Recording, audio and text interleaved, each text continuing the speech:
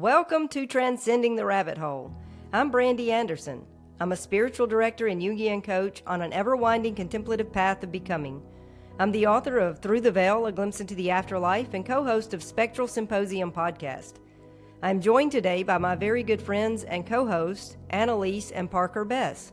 Annelise is a singer, songwriter, sound healer, and spiritual influencer dedicated to raising human consciousness as she shares her awakening journey on TikTok. Parker is a true knowledge seeker and truth bringer in the realm of esoteric wisdom. Parker has a solid understanding of metaphysical concepts with expertise in the shadowy corridors of secret societies, occult knowledge, and ancient aliens and ufology. We invite you to pry open your third eye and journey with us through the cosmic rabbit hole as we alchemize esoteric insights in a quest for ultimate truth. Falling down the rabbit hole again.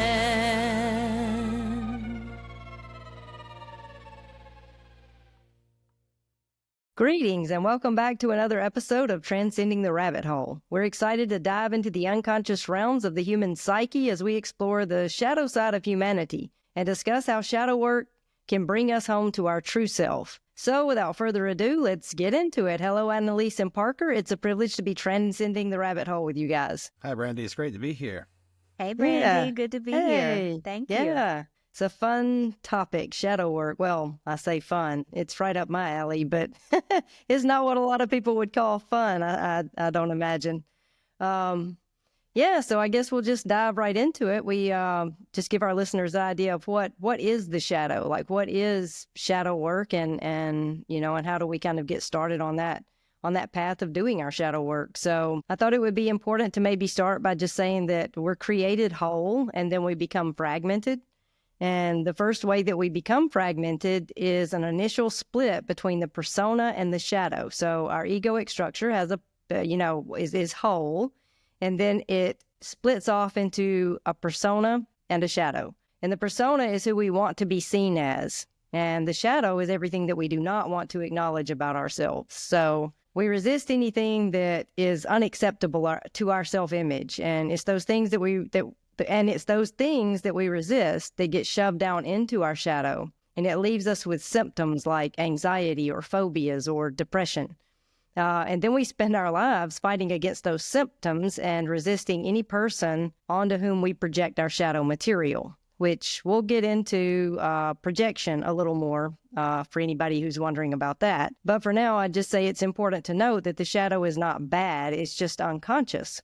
And we are largely unaware of the shadow elements that are in ourselves. So as long as we remain unaware of our shadow and our projections, we live in resistance and we inflict suffering on ourselves and others. And it's even like a physical resistance. A lot of people maybe feel a lot of like muscle tension and tightness, like tightness in the jaw or the forehead, or, people who do meditation often, like the body scans, you notice that you have all of this muscular tension or constriction. And it's because we have these shadow elements, and we're living in a state of resistance perpetually. So one way to kind of get an idea of shadow elements is basically the thing you want to complain about or stop others from doing is that thing where you're sure that your criticism is totally justified and fiercely righteous. This is a shadow issue that's keeping you from liberation. And we see this in the world around us. It's prominent in like the political climate of the world. It's so polarized, projections everywhere, right? A simple way to kind of contact your shadow is to assume the very opposite of whatever you now consciously intend or desire. And this will show you exactly how your shadow looks at the world. And it's this view that you want to befriend. So it's not about noticing shadow elements and then, pushing them further away, because that's what got us into this shape in the first place. It's about welcoming with compassion and befriending these parts of ourselves. But it doesn't mean that you necessarily act on those opposite traits, but that you just simply become aware of them without judgment. So it's just a compassionate welcoming. Right. So like an exercise that I use with clients is to have them bring to mind a person that they just can't stand, like someone that really gets under their skin. And then like list 5 traits that describe that person. And those 5 traits are elements of their very own shadow, which is why there's such an emotional charge around those traits in another person. And it's important to know that I'm not saying the other person doesn't have some undesirable patterns of behavior, but what I am saying is that you wouldn't feel such a strong reaction to them if there wasn't an anchor for that behavior within your own shadow. It's what's called a hook, and it's the point within us that can be hooked when someone mirrors it back to us. So without that hook, we just observe and notice things. Like the hook evokes a strong emotional response that pulls us into the drama. So shadow work is learning to become aware of those triggers without getting swept up in that drama. And it's important, again, it's important to note that the shadow's not bad. It's just hidden. In fact, your best qualities are also often in your shadow, hidden away in those deeper recesses. So, and that's referred to as the gold in your shadow. So you can do the same exercise as I mentioned above and bring to mind someone that you really admire, like someone you feel is the epitome of perfection, someone you put on a pedestal, and then list 5 traits that describe that person. And those traits are the gold that's in your shadow. It's the untapped potential within you. So that's kind of what the shadow is and how it functions. And I'm going to just kind of stop here and see what Annelise and Parker are thinking at this point. Well, I'm thinking I owe you some money. I learned a lot in that sitting. Oh, I'm serious. Okay. I thought I understood what it was, but that really painted a much deeper picture. Thank you. Wow. Well, thank you. Yeah. It's, it's fascinating. You hear shadow work a lot in spiritual circles. And, people always talking about the shadow and the shadow elements, but very rarely do people stop and actually explain what exactly that means. And it often gets painted in a bad light, like the shadow is evil, it's sinister. And to be sure, evil flows from the shadow only because we have repressed. We have what you resist persists. And if you, it's like the unwelcomed part of ourselves. And so because that part is uninvited, it can become hostile. It's like uninvite somebody to the party and see if they don't maybe lash out. So, but it's not to bring bad up for people. Yeah, exactly. Right. It's scary for people to do the shadow work sometimes. It might just trigger things in general, or just trigger repressed feelings that they've hidden way down deep. So but I really, like you say, I really think to do the shadow work is to liberate yourself. Yeah, for sure. And it is hard because it does trigger. It is triggering. It's not easy work. But, I guess we should maybe explain why do we create this shadow? Like, how do we get in this situation? Where does it come from? And it's important to note that the division begins in ourselves in early childhood. So it's an unconscious thing, to be sure. It's something that we do. I mean, we are responsible for it, but in a very unconscious way. Like we can't hold ourselves, to the flame about it because it happens to everyone. It's unavoidable. And usually by the time we're 7, around that age, we've created a persona or the mask that we wear in the world. And alternately, we have already stuffed some things down and created the shadow, which is just the repressed or suppressed parts of ourselves. But in order to survive or thrive in our worlds, we basically need to whittle ourselves into an acceptable specimen. And so we present as what keeps us accepted and admired and rewarded, and we shove away anything that gets us reprimanded or is deemed undesirable by our family or in our social context. And this is how our gifts or our best qualities can become hidden. Like maybe you're really empathic and you're a super sensitive person, but your family criticizes you for being too sensitive. Maybe your siblings make fun of that quality in you, so you just stuff it down or reject that part of yourself, and then you build a persona that is very stoic, like a rough, harder exterior. Yeah. Or maybe you're born to be an artist, but your family of origin looks down on the arts and pounds into your head the importance of pursuing other paths that they find more prestigious or acceptable. And it's why people sometimes abandon their true passions for what they think make them acceptable in their families or in their social circles. So that's kind of how it gets created. And it's useful to a large degree.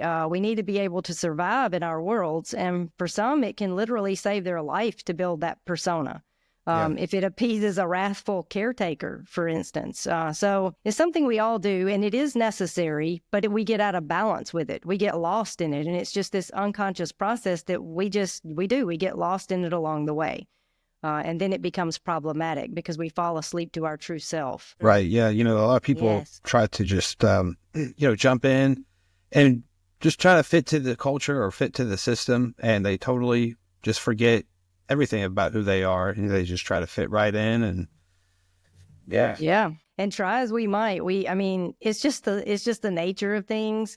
But parents, we all imprint certain things on our children or whatever. And it's unavoidable. And so all of these, like we're projecting, like parents project their shadow material onto their kids. Their kids, develop shadows. And it's just this vicious cycle that it's hard to get out from under. And I've always noticed that like most people begin having children in their 20s. So often it's like early 20s.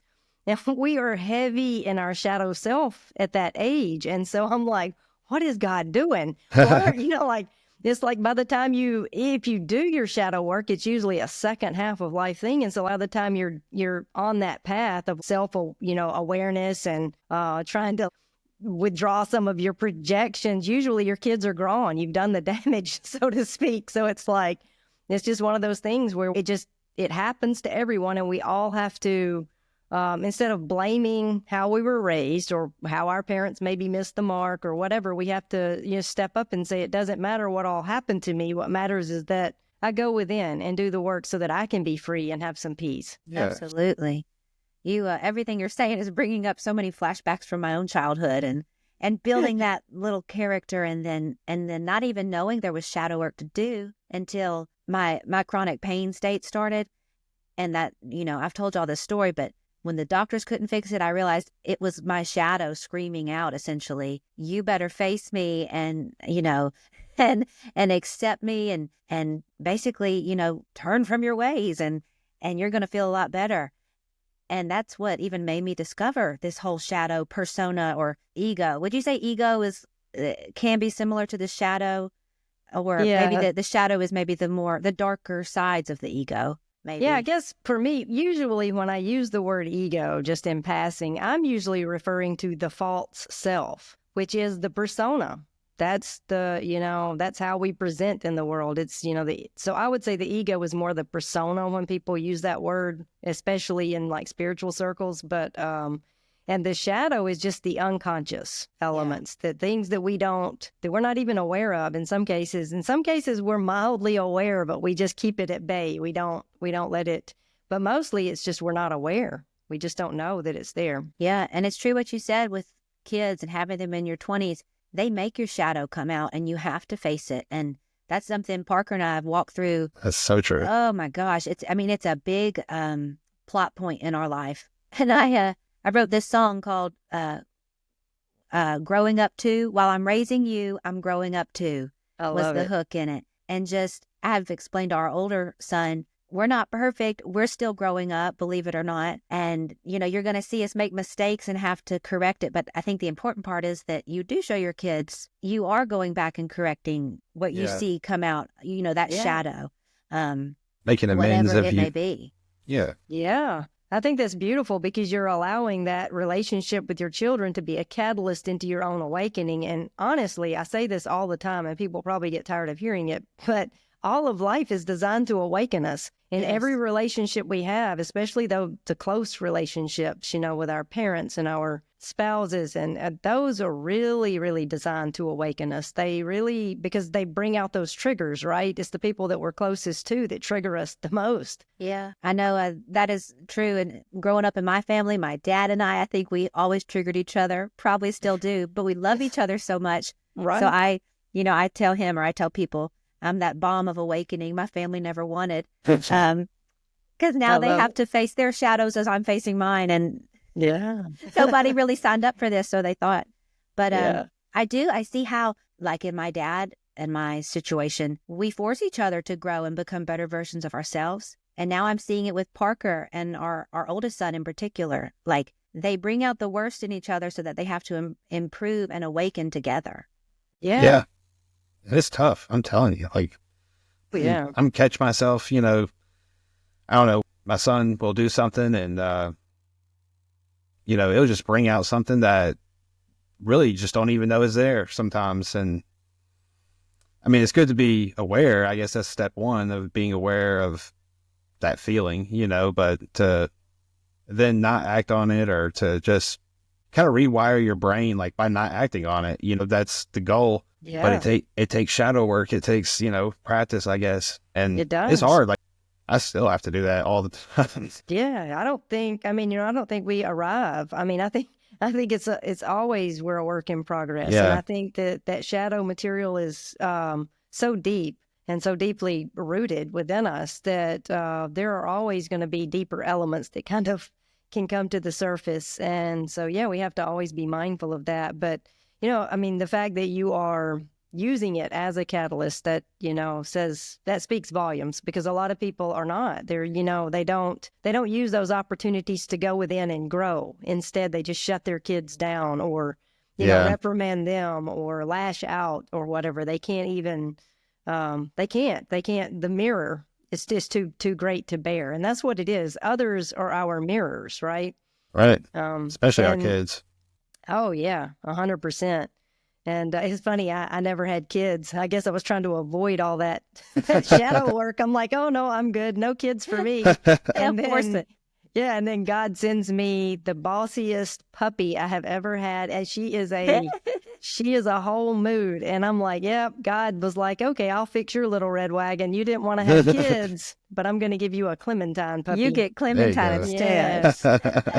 Oh, I love her so much. But my goodness, she's a test. Brandy is the That's what I think greatest about dog Whaley. mom, everybody. Oh, Yeah. Makes her food from scratch. That Clementine is lucky. She's bossy. She's demanding. I don't have a choice. I love it. But what you were saying, Annelise, about your awakening and how you got to the end of your rope and you were forced kind of into this doing your shadow work, that's kind of a good segue into what, how does the shadow manifest in our lives? Like, how do we recognize what is shadow in our everyday lives? And I'd say the shadow manifests as anxiety and depression and all manner of psychosis. So that's a good indicator, of shadow material. And the most common way that it manifests is in projection. And so I wanted to just take a moment to explain what projection is. People speak of projection, but oftentimes it's kind of a cloudy sense of what it actually means. Projection is when we take what we do not want to admit about ourselves and we hurl it out onto another. So then we unleash our anger and our judgment onto that other person. It can be a person, though, or a group. It doesn't have to be a person, like it could be a political party, whatever it may be. And in some cases, we get rid of the other altogether so that we don't have to do our inner work. We just remove that mirror, essentially.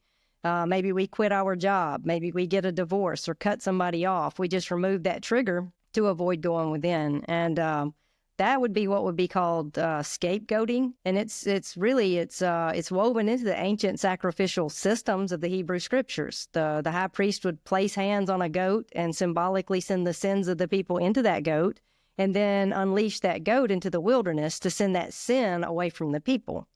And Jesus was killed as a scapegoat. I mean, the people, they yelled, "Crucify him," because he was a mirror into those shadow elements in their own psyches, and they weren't ready to look within. So I think it's Rene Girard has done some really helpful work around this idea of scapegoating, and he talks about how people can resolve conflict by uniting against a scapegoat, and he talks about the crucifixion of Jesus, and he frames it in that context instead of like as a blood payment to God.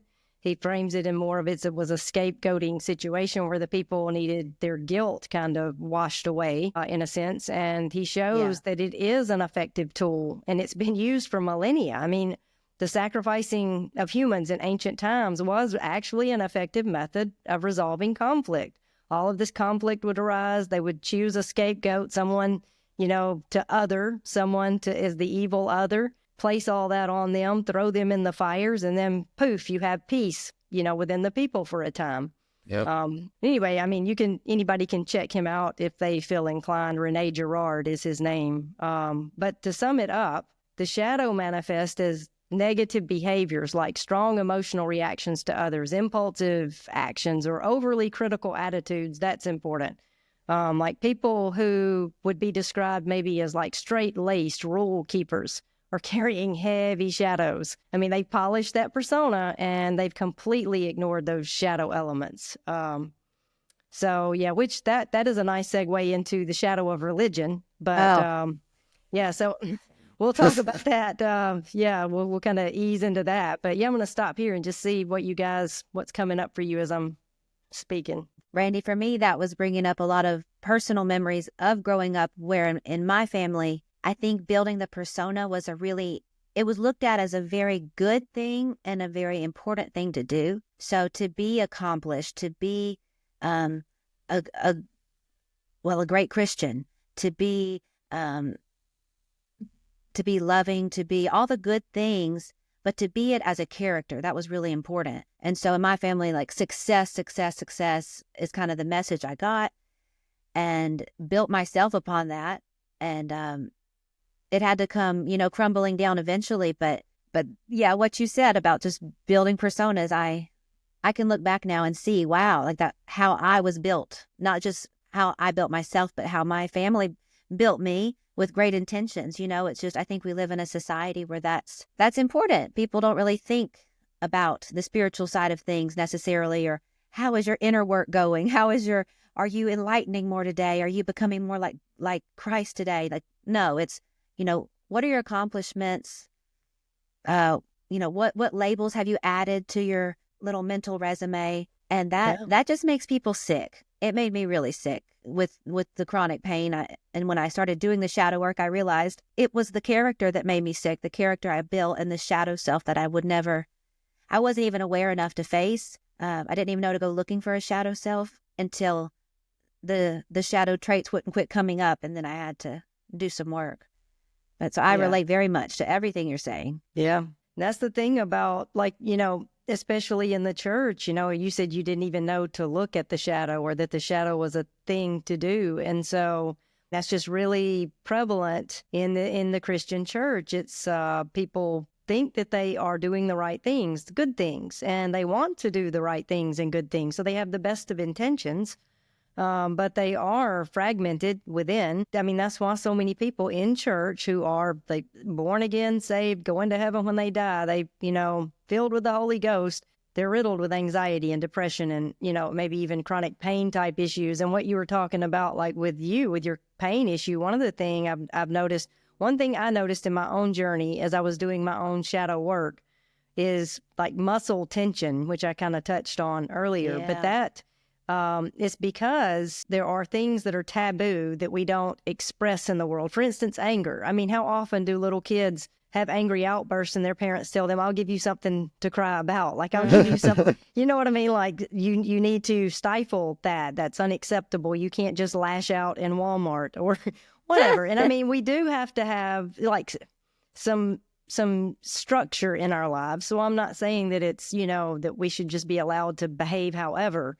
But at the same time, we get these messages early on, and we get to a place where even as children, we don't express our, whatever it is, our anger or our sadness or whatever in a healthy way. We stuff it down. And then, but see, all of these emotions, they have a very real bodily, there's a bodily expression to all of this. So like if you're angry and you are expressing that anger, it comes out like you may wave your hands, or there's, you know what I mean? There are bodily expressions associated with expressing anger as an emotion. So it's physical and it's emotional. And when you stuff it down, the body, the muscles sort of contract over that area, and it's kind of like having your foot on the brake and the gas at the same time. Mm-hmm. Have y'all heard of that book, The Body Keeps the Score? Yes, that's a wonderful book. Yeah. Yes. It's great. It remembers everything, every little emotion and trauma that you never dealt with and released. That's right. It's going to be in your body, and it's going to be stuck until it comes out some ugly way. Chronic pain, illness, something. Yeah.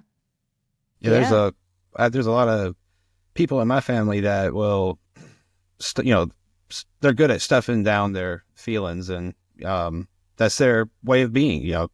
I'm not really like that. My mom's not like that, but other people are. And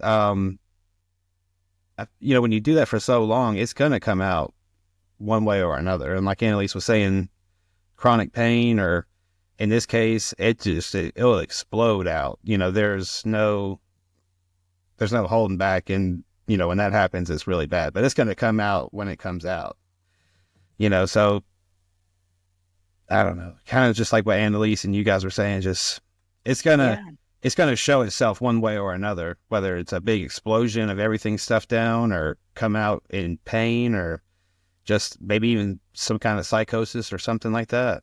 Yeah, 100%. And I think it's, I heard somebody, it was a psychoanalyst, and I think it might have been Robert A. Johnson, describe it as like a seesaw, like a lever, and basically if you have all of the light on one side and all of the dark on the other side of this seesaw, and you have this fulcrum in the middle. And what we tend to do is we press into the light. And so we end up all on one side of that seesaw, which puts us out of balance. And ultimately, the further we go, eventually, we're going to catapult the dark out into our world, because what we need to do is learn to be in the middle on that fulcrum point and hold that tension of opposites, which I think that is a nice segue into what I wanted to say about religion and the shadow, because the shadow elements, it touches every aspect of life, not just religion, but coming from our vantage point, all of us having come through the church and having spiritual awakenings, I think it's just important to note that much of religion is just solidification of that shadow. And yes. Yeah, it's why religion is such an impediment to actual, like, genuine awakening. In church, we often get the message that we need to, like I said, press into the light and avoid the darkness. And so people double down on that persona, and they generate an even heavier shadow. It was Ken Wilber who said that mainstream religion is mostly just the ego self dressed in drag. I thought that was a beautiful, funny way it's so true. It's this shiny, polished exterior, and those shadow elements are below the surface, just waiting to lash out at someone or something. So Jesus, though, he shows us the way forward, because he was a tension of opposites, perfectly balanced and reconciled. And he is our guide out of conflict and duality.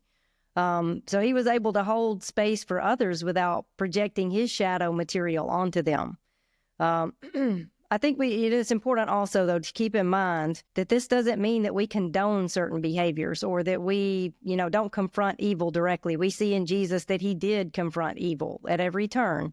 It just means that we engage with people from a place of clarity and truth, without any emotional baggage. We're not projecting onto them anymore. We see things as they really are. We see people for who they really are. It means that we love others. Because when we hurl our undesirable traits onto other people, we're not loving them, and we're not even seeing them at that point. I mean, how could we honor them at all when we're doing that? So yeah, we're mainly talking about individual shadow work here. So we're focusing on the individual shadow and how we work on that. But it's important to note that there are collective shadows, and they are influencing the systems of the world, contributing to the matrix that we discussed last week. And we're immersed in these systems, and we're all complicit. We all have been a part of these systems that marginalize others. We have either been in the system doing the marginalizing, the othering, those people out there, those evil others, those lost people, those wayward souls, or we have had it done to us. We've been told that, we've been pushed out as unacceptable in some system or whatever. So we know we know how it feels on both ends of the equation. And the first step, I'd say, in becoming liberated from this unconscious conditioning that's driving us and the world around us is to become aware of it. I mean, awareness really is the first step. So, and by simply being aware without judgment, we take the wind out of its sails. So here's an example. Like, imagine that you're cut off in traffic.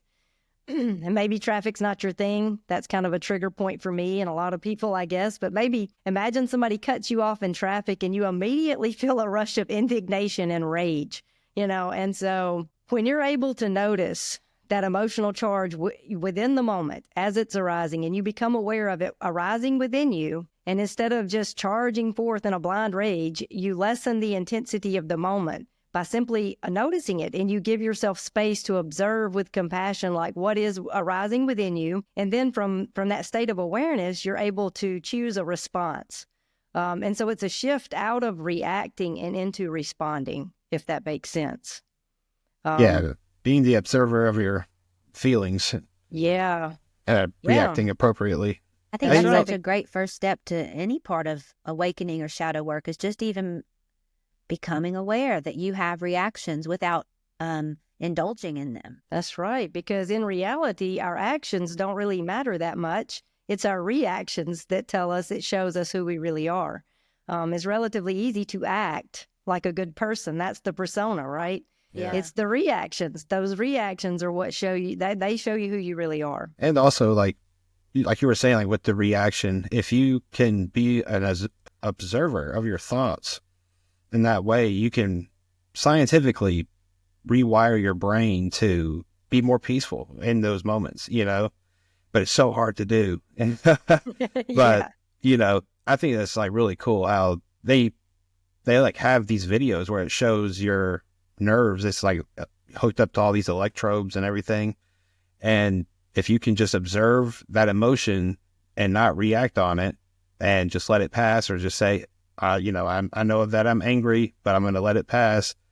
It shows that your neurons make connections with other neurons instead of firing on the same ones, which is pretty amazing to me, that you can do that. You can rewire your brain to respond in different ways. Yeah. And, I think what you just said, it's important to note that, some people hear, that we should not act on our emotions as they arise, put space between us and what we're feeling.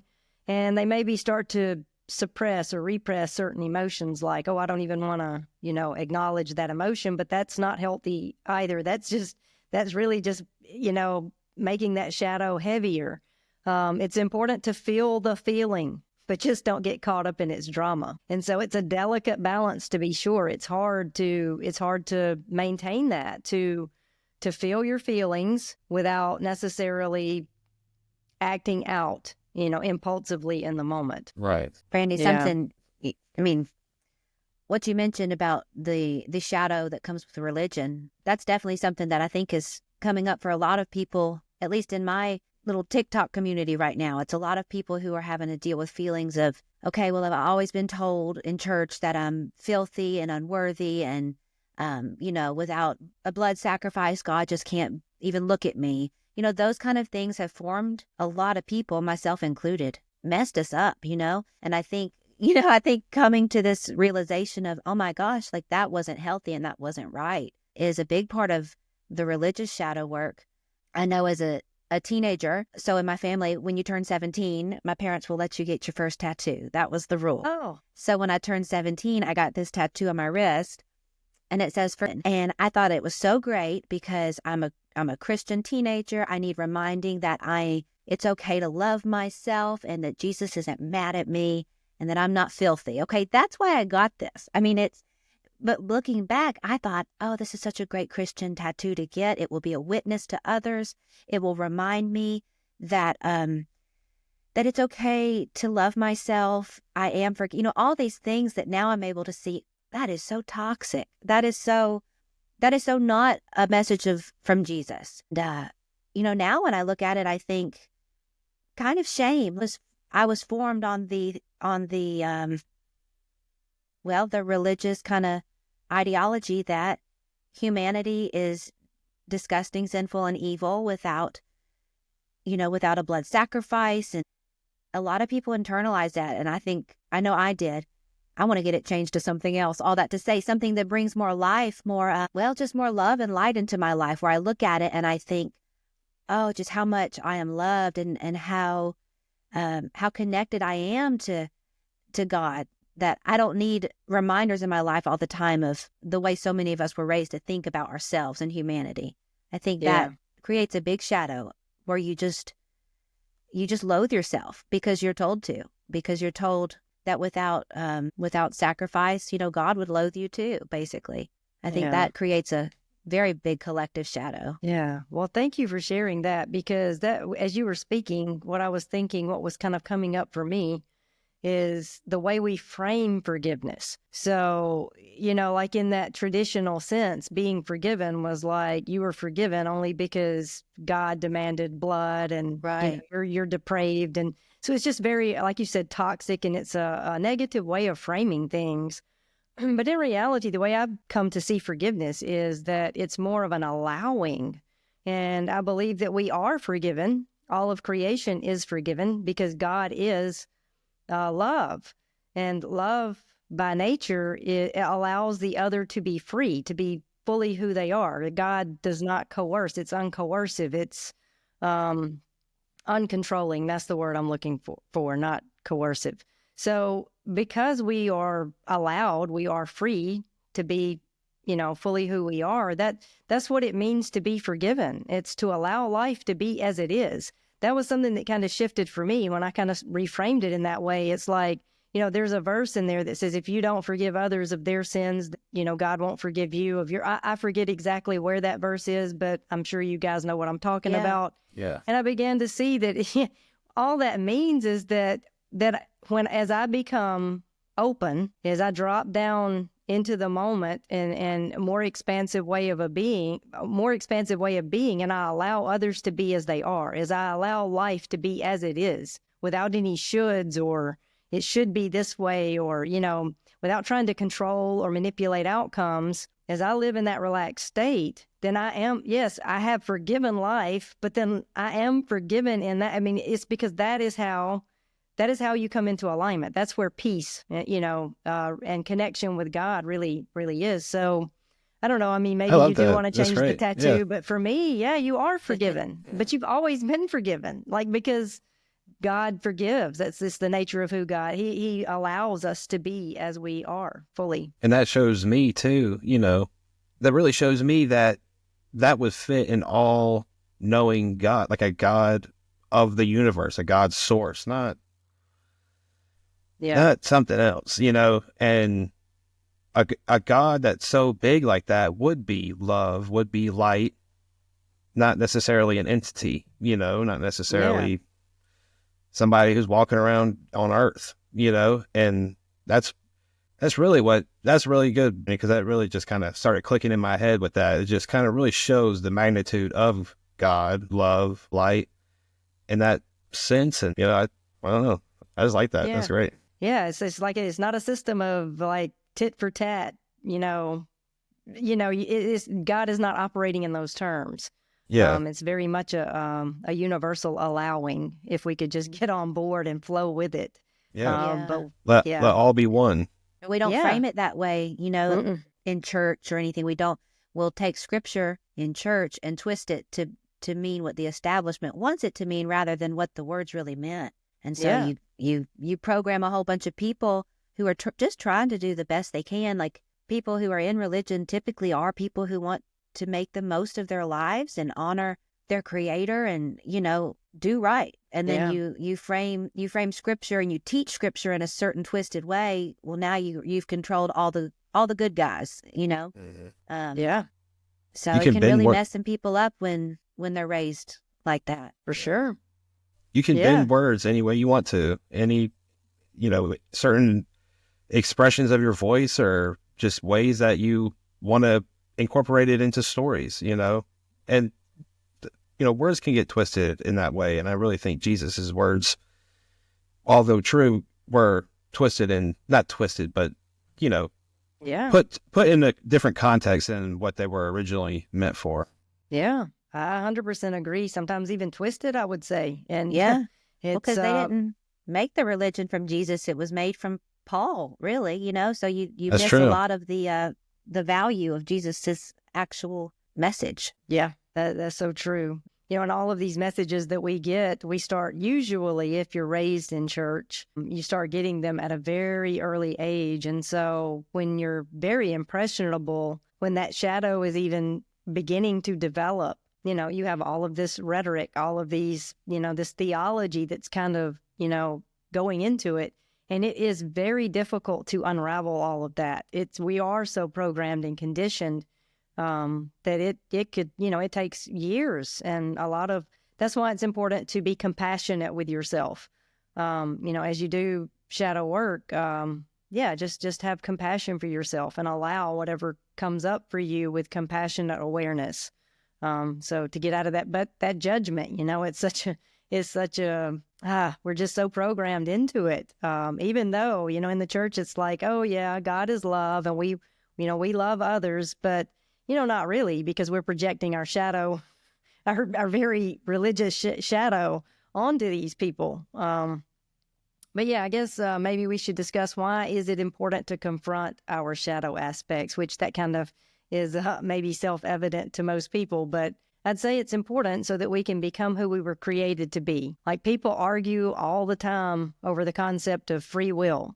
Like, do humans have free will? In church, we have arguments around like Calvinistic views, which originate from the ideas around the sovereignty of God and the free will of creation. But it's a silly argument because free will is a contradiction in terms. There's freedom and there's will, but the will cannot be free because it is conditioned, which is what we're saying here all along. It's all that conditioning. And this analogy by Bernardo Kastrup really helped me a lot. And here's how he frames it. He says, it's not that we don't have free will. We do. We do have agency, but we have the agency of a small rowboat on a raging sea. And so freedom or liberation, which is what salvation really is, to be sure. Yeah. It comes when we face our shadow and we free ourselves from the tyranny of our own egoic compulsions. So it's not some external person needs to come and save us from some external hell. Yeah. It's a very real situation of us needing to go within so that we can be liberated from the tyranny of our own hellish thoughts and emotions. And that's what I would say is the most important thing about or why we would want to do our shadow work. I agree. I think taking pride in just knowing that you could be your own, savior, and it's not savior, but you can go within and liberate yourself. That is so, personal on a high level. That's such a well, that's what enormous Jesus thing. said is, be transformed by the renewing of your mind. He never said, confess me as your Lord and Savior, and now you're saved. It was be transformed by the renewing of your mind, going in, seeing what's within. And he said the kingdom of heaven is within. So and he said, put two follow and two me together and follow me. You can put those three things together and follow him all the way down the yellow brick road. It's not as hard as they make it out for us to be. And yeah. I love that you said yellow brick road, because that's a whole spiritual rabbit hole on its own, the Wizard of Oz and spiritual awakening. Anyway, let's not go down that very much. Let's stay on point. But I know it. Yeah. But yeah, Jesus models what it looks like to live, in a balanced way. And, oftentimes I've even heard it said in churches, oh, well, until we get to heaven, we can't. Like, we could never attain to be, like Jesus, not fully. We could never, fully step into the way that Jesus existed. And yeah, that's the issue, is that people are sitting in church, coasting along, thinking, oh, I'm going to float off to heaven when I die. But meanwhile, they're harboring an inner atmosphere of hell. And, and I don't say that in a judgmental or, like to mitigate their intentions. I know these people, they have the best of intentions, but what I mean is, I know myself personally, I sat in church myself with hell on the inside, anxiety, and I had not done I didn't even know the shadow existed, before, when I was plugged into the church. So like you, Annelise, just all of this angst, this inner angst. And, so I would just say that if we do look to Jesus as our guide, if we are following Jesus, then we have to account for the way that he showed up in the world and the way that he dealt with other people, and the things that he was saying points in this direction to this kind of shadow work. Yeah, really follow him. Yeah. And I should correct myself. I guess it was Paul who said, be transformed by the renewing of your mind, and not Jesus. But Jesus said it in other ways in other places. But But as to what Parker was saying, I think in religion, you're told all you can do is confess your sins and pray and hope for the best and hope you'll be saved from your inner torment. You're never told you can actually do something about this. You can confront your shadows with the power that God has given you. Yeah. Yeah. You're not a victim. You're not just waiting on Jesus to come down and take it away. Jesus has given you the power. That's the whole point. He Yeah. left you with that counselor. You know, if we're talking religious language, and I know for me, one of the biggest things that I have had to work on is the negative self-talk. Like you were saying, like how that will just beating ourselves up all the time, which we're really taught to do if you're raised in religion, will make you sick and will the more negativity you speak of yourself, the more negativity you bring into your life. So, you know, become comfortable with saying, I am good. I am blessed. I am loved, you know, and speaking life of yourself rather than, oh, I'm just a filthy, filthy sinner. And, you know, thank God for sacrifice. And that religious language will really program you in the wrong way. And that's not what Jesus ever wanted. I think he'd be sick over that. Yeah. Yeah. So, yeah. Yeah. And that voice in our head, it comes online early. It starts in our, early childhood, and it is usually a very negative, critical inner voice. And I think it's Michael Singer that says, if that inner voice were to jump out and become a separate person, I wouldn't even want to be friends with it. It's like terrible. Yeah. So yeah, but it's very much egoic, and and it's a conditioned voice. And so the good news is that we can undo that conditioning. We can have a new narrative. We can reprogram the way that we talk to ourselves and others. But that self-talk is so important. Yeah. And I guess that could kind of lead us into discussing the process of shadow work. Like, how do we explore the shadow? How do we do the shadow work? And one of the probably the most important thing for me, and what I tell people when they come to me for coaching, is mindfulness, which is a very Eastern practice. But mindfulness is just the best way to become aware of this stuff coming up, because in each moment, it's like, how mindful can you be? And it's not mindful of what other people are doing or how they were triggering you. And that's the thing we want to hyper fixate on. Well, they said this, or they did that, or they pushed my buttons this way. No, it's like you harness that in, quit looking at what they are doing that triggers you, and instead look within yourself, like what's coming up for you in each moment. How are you feeling? Yeah. And that is a good guide into, because triggers are always, it's like that strong emotional charge. That's how it's like it's a projection, because there's intense emotion. I think I heard someone in one of my lectures one time say that if it's hysterical, it's historical. And it's because we go in those same loops, right? Like how we do anything is how we do everything. And that really is true. We're triggered by the same thing over and over, especially in our families, with the people in our lives or whatever. We find ourselves going around the same mountains over and over. And I heard somebody else say that the very first argument you have with your spouse, that's the same argument you'll have forever. Like you'll just be going, it's the same argument that you're going to have in a million different contexts. And it's because you have the same triggers. You've not the shadow material, it keeps coming up. Yeah. I think some of my shadow work has been alcohol related, to be honest. A lot of people, a lot of people drink, a lot of people have problems that they don't necessarily want to talk about or acknowledge, or really just acknowledge. It took a lot for me to stop drinking, and I needed to stop. It was one of those shadows that just had to go. It was making everybody miserable. And I mean, I felt good drinking, but after, or in the moment, or after or before, I didn't feel good. I didn't. Yeah. Anyways, my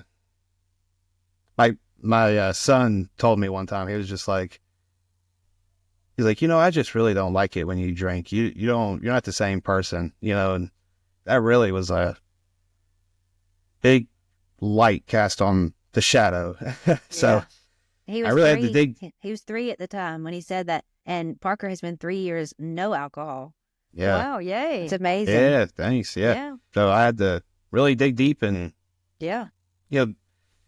some people don't want to do it for themselves, but you can do shadow work is for yourself, obviously, but sometimes if it's making other people miserable, you really ought to take that into consideration and try and fix that, even when it comes to not alcohol stuff, obviously, just like maybe, I don't know, being in a bad mood in the morning time or something. Just doing some pre-meditation or something before everybody wakes up would probably go a long ways, stuff like that would benefit other people and yourself. But well, I would say shadow work. I mean, yeah, you do it for you to have some inner peace, but really, I mean, for the sake of those in our midst, if someone who has done no shadow work is not a pleasant person to be around. I mean, truly. And, if you've done some of your shadow work, it's kind of, you're kind of in that middle ground or whatever, where maybe you're not just intolerable to be around, but still, you do project things out onto those around you, and they do suffer for your lack of self-awareness. And like alcohol, like you were talking about, it's such a socially acceptable thing. Like everyone, like all these different social contexts, everywhere you turn, there's alcohol. You're having a cookout and everybody's having some drinks, or, you're having dinner and so there's drinks and dinner. And so it's woven into like the social tapestry, if you will. Yeah. And I mean, there's nothing wrong with having a drink. It's just wrong if drink not. Has you. So I'm not sitting here saying that people should never have a drink, but that goes for anything. It's okay. Things are okay in moderation. It's that we get out of balance with things, and it's because we haven't done our inner work, like what Parker was saying. It's like, have that glass of wine or whatever it is we do. Yeah. I mean, for some people, it's just about entertainment of some sort, or it could be gambling or whatever it is. There's nothing wrong with alcohol. I'm just saying, like, if it becomes a masking technique for people, right, that's when you really need to go within. It's if you cannot be out in society without having a drink, maybe you should look at something. Go within and see, why is that? Like, I mean, or like, if you can't feel right without having a drink, or gosh, just if you don't like who you are without having a drink, and, you ought to do some. I get it. Look out at the world. It makes me want to have a drink. I mean, it's like the state of the world is, but yeah, I mean, not to make light of it. And I appreciate your vulnerability in sharing that, Parker. And it'll help a lot of people to hear it, because it is a very real thing that everyone deals with. No one is exempt. We are all addicts at heart.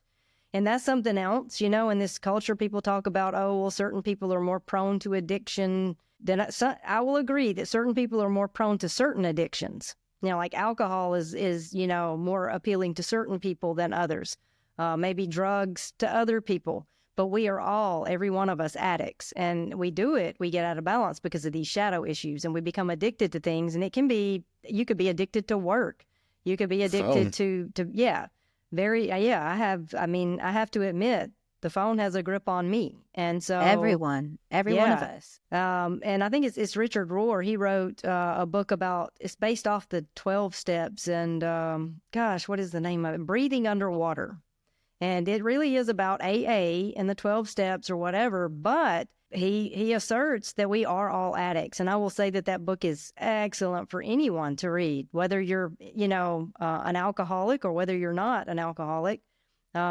It's just super beneficial the way that he frames it and references it around the AA system. You had asked, how do you get into the shadow work and also the addict thing. My catalyst, I think, to deeper shadow work was the realization that I'm addicted to being a people pleaser. I'm addicted to external validation, or was. I was raised, like I said, where, that pat on the back, atta girl, felt real good when I would do something right or achieve something. And but it got to a point in my adult life where I realized I was making decisions to please other people, to keep other people from being upset with me.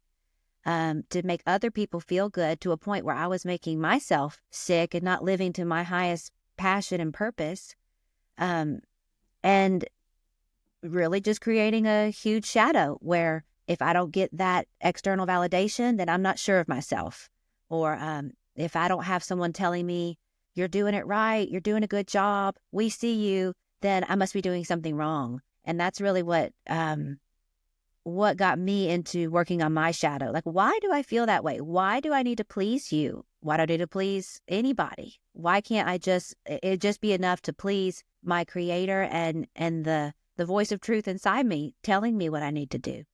So that's been a big catalyst for my shadow work is recognizing external validation is an addiction just as much as alcohol or any other addiction. Yeah, because that ego is always working to keep us distracted, right? Yeah. And to keep us from going into that deeper soul work. And so, yeah, we get addicted to all manner of things to just numb ourselves. And for me, I would say it was just peace, the peace that I feel when I'm about to let go in the moment and allow life to just be as it is. Instead of me deciding how things should be, or also it was like letting go of judgment and realizing that my opinions and labels just keep me from experiencing a fullness of life. They keep me from cultivating deep relationships, from truly seeing other people, and, maybe most important, from embracing my own gifts. and that give me a sense of purpose in the world. It's being severed from that, living in fear of how you're going to be seen in the world. So just all of that shadow junk that just keeps us from our highest life path. And we think the ego thinks it's keeping us safe. So like it's designed as to keep us safe in the world that we find ourselves in. But it's important to note that it has the maturity of like a 7-year-old. We created this persona at around, around 7, it's been created. And so we're continuing to engage with others and with life and with ourselves with the maturity of a 7-year-old. So that's an incentive for just going deep and, finding some peace and realizing that, hey, I'm not going to I'm not the dancing bear anymore. I'm not going to dance to that same old tune. That's right. I want to choose my own music, even if it makes other people upset or makes them have some opinion of the ego that the thing that I would love to remind people of too is you're not your ego. You're not your shadows. You are that one consciousness that all is, that light that when God said, let there be light, that's you. It's all that one light. And those shadows are just a distraction, and that ego is just a distraction. Like you said, you need it to operate here, but it's not who you are. So if you're feeding into it, you're just going to make yourself sick and the people around you miserable.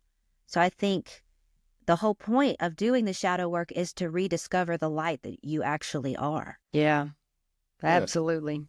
I would say the ego is like the character within the Matrix, like within the video game or whatever. That's the ego. The real you is the one who's controlling the real you is the one that's behind the ego.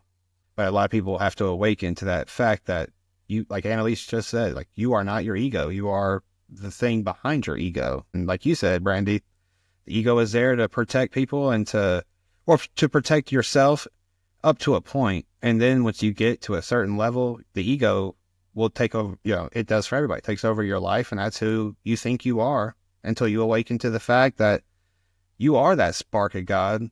Let there be light. You are a piece of that. So, It's like Jesus said, if you don't become like one of these children, you will not inherit the kingdom. He didn't mean you're not going to go to heaven when you die. He meant you're never going to experience that knowing that you are one with all, that heaven on earth, that all of the children we see, like you said, probably 7-ish and under, are experiencing. And we're watching our 6-year-old about to turn 7, and it is a little heartbreaking to watch him become an ego and watch him lose that identification with the oneness that is. And we try to keep him aware, hey, remember, you're not.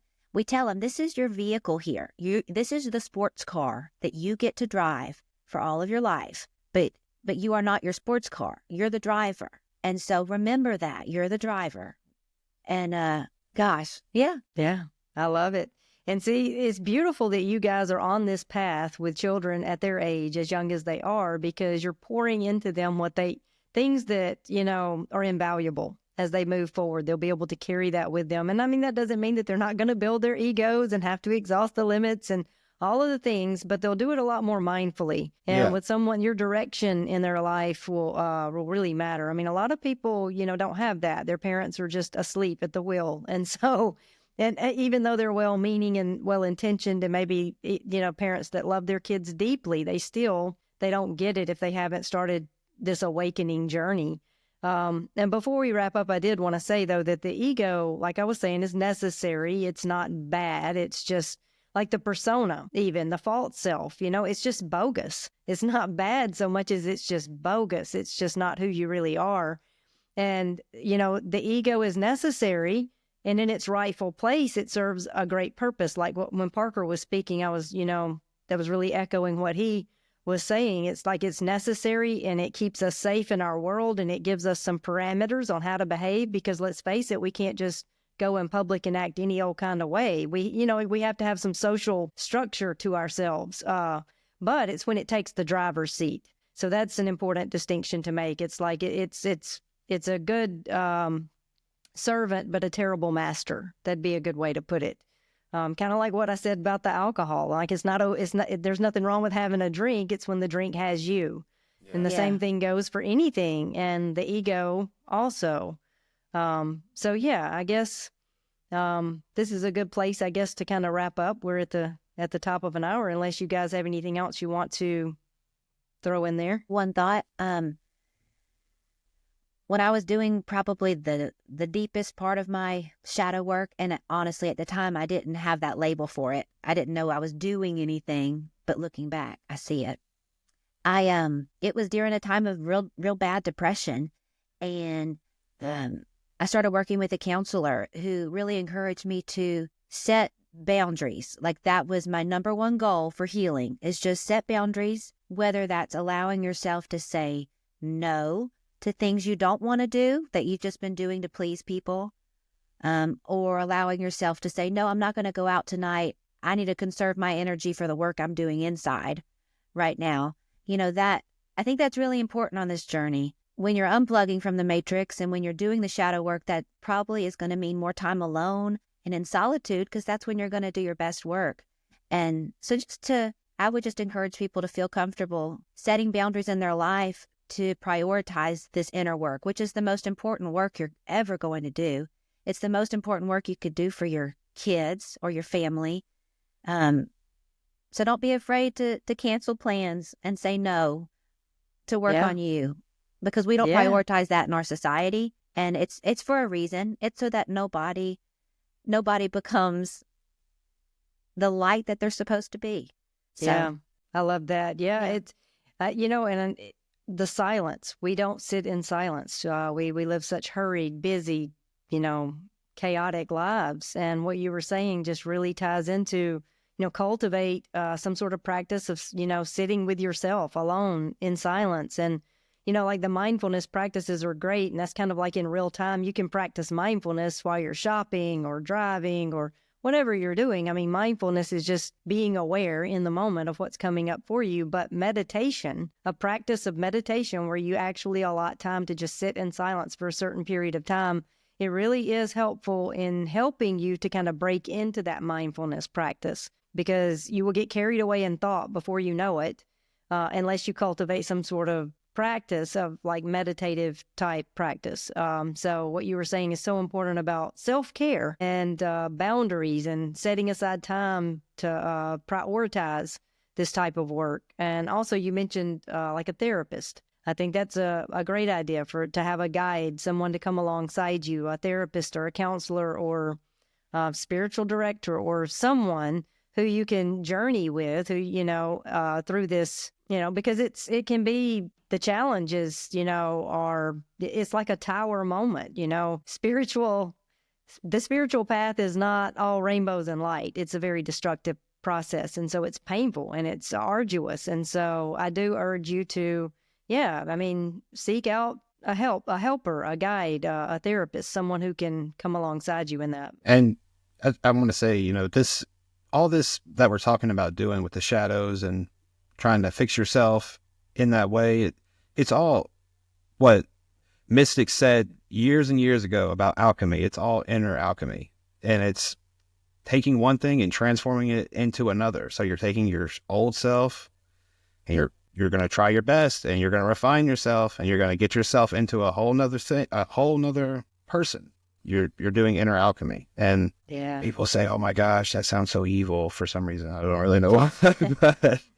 But that is so true, I love that you mentioned that, because it's in Carl Jung, Jungian, the shadow work is all about, Jungian psychology. And, individuation is about integration. So it's important to note that all of these, even the darker aspects of ourselves, they all have their rightful place. And it's, like I said before, it's not that we go out acting on certain impulses or whatever, but that we allow them to be there, without judgment. We welcome them to the party. That's what we have to do.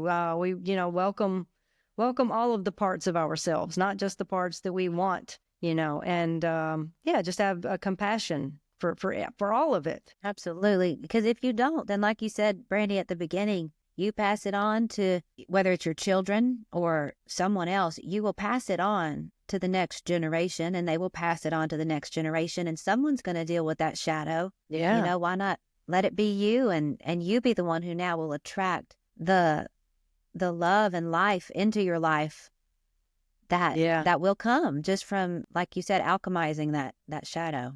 Yeah, that's beautiful. And, and just going on like a science route here, it's proven that in your DNA, you have at least 3 generations of trauma within your DNA. And you can literally fix that for yourself. And if you don't have kids, like if you don't have kids yet and you're doing this, you can fix that trauma before you pass it on to your children, because you can repair your DNA. You can. Yeah.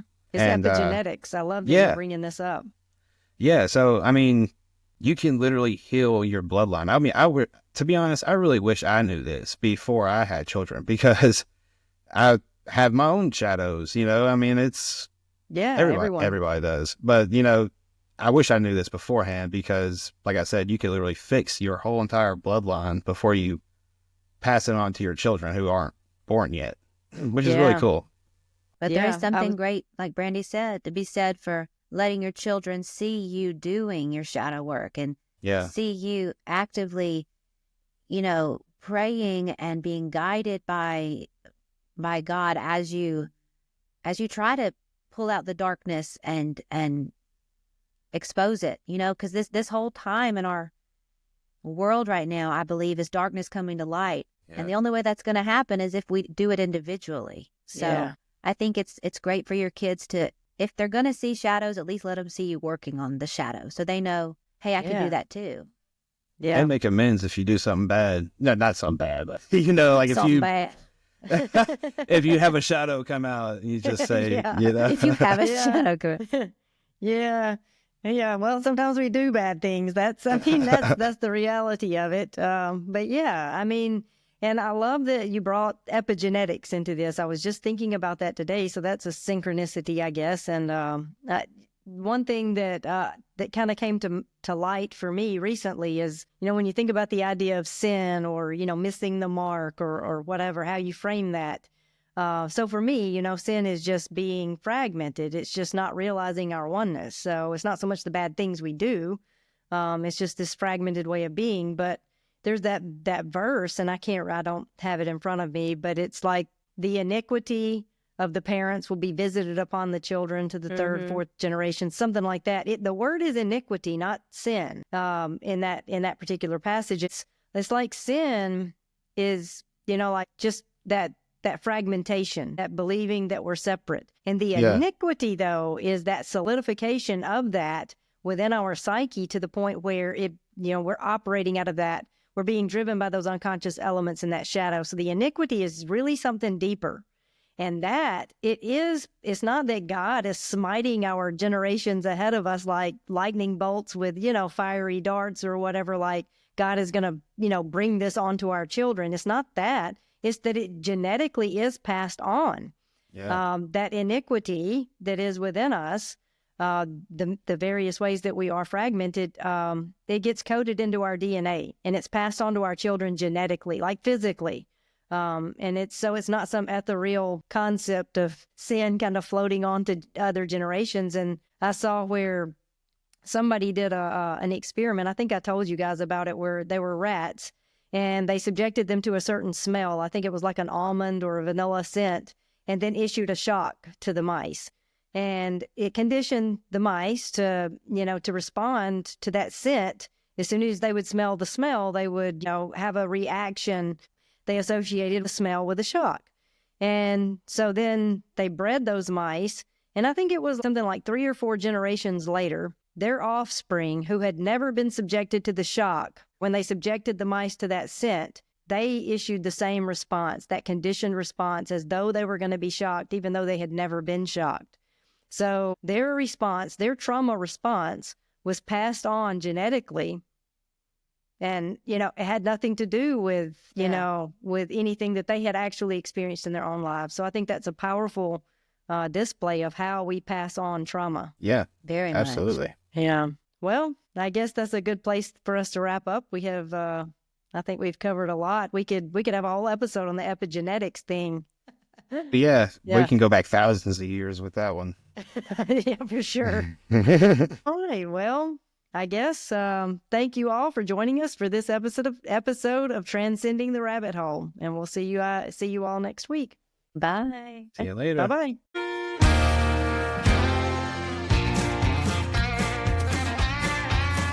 Do you ever grow discouraged by the weight of this world? Does Big Brother get you down with all the lies that he's told? Does the gloom and doom of nightly news haunt your dreams? So you scroll instead of sleep, 'cause distraction is key. But as long as there is still a sun up in the sky, I can choose to live on the sunny side. It's somewhere between burying my head in the sand and falling down the rabbit hole again. I was sleeping just fine peacefully inside my American dream, awoken when those puppet strings were cut right off. The evidence you can't ignore, sheriff call you misinformed. I know the truth, but trying not to lose my mind. I'm somewhere between burying my head in the sand and falling down the rabbit hole again. It takes a worried man to sing a worried song, and the state of humankind had me humming alone. Hello, common sense, I'm convinced we've lost our way, sold our attention to the system. Now there's power to reclaim, but as long as there's a heart beating in my chest, I will cling to hope that's true. I will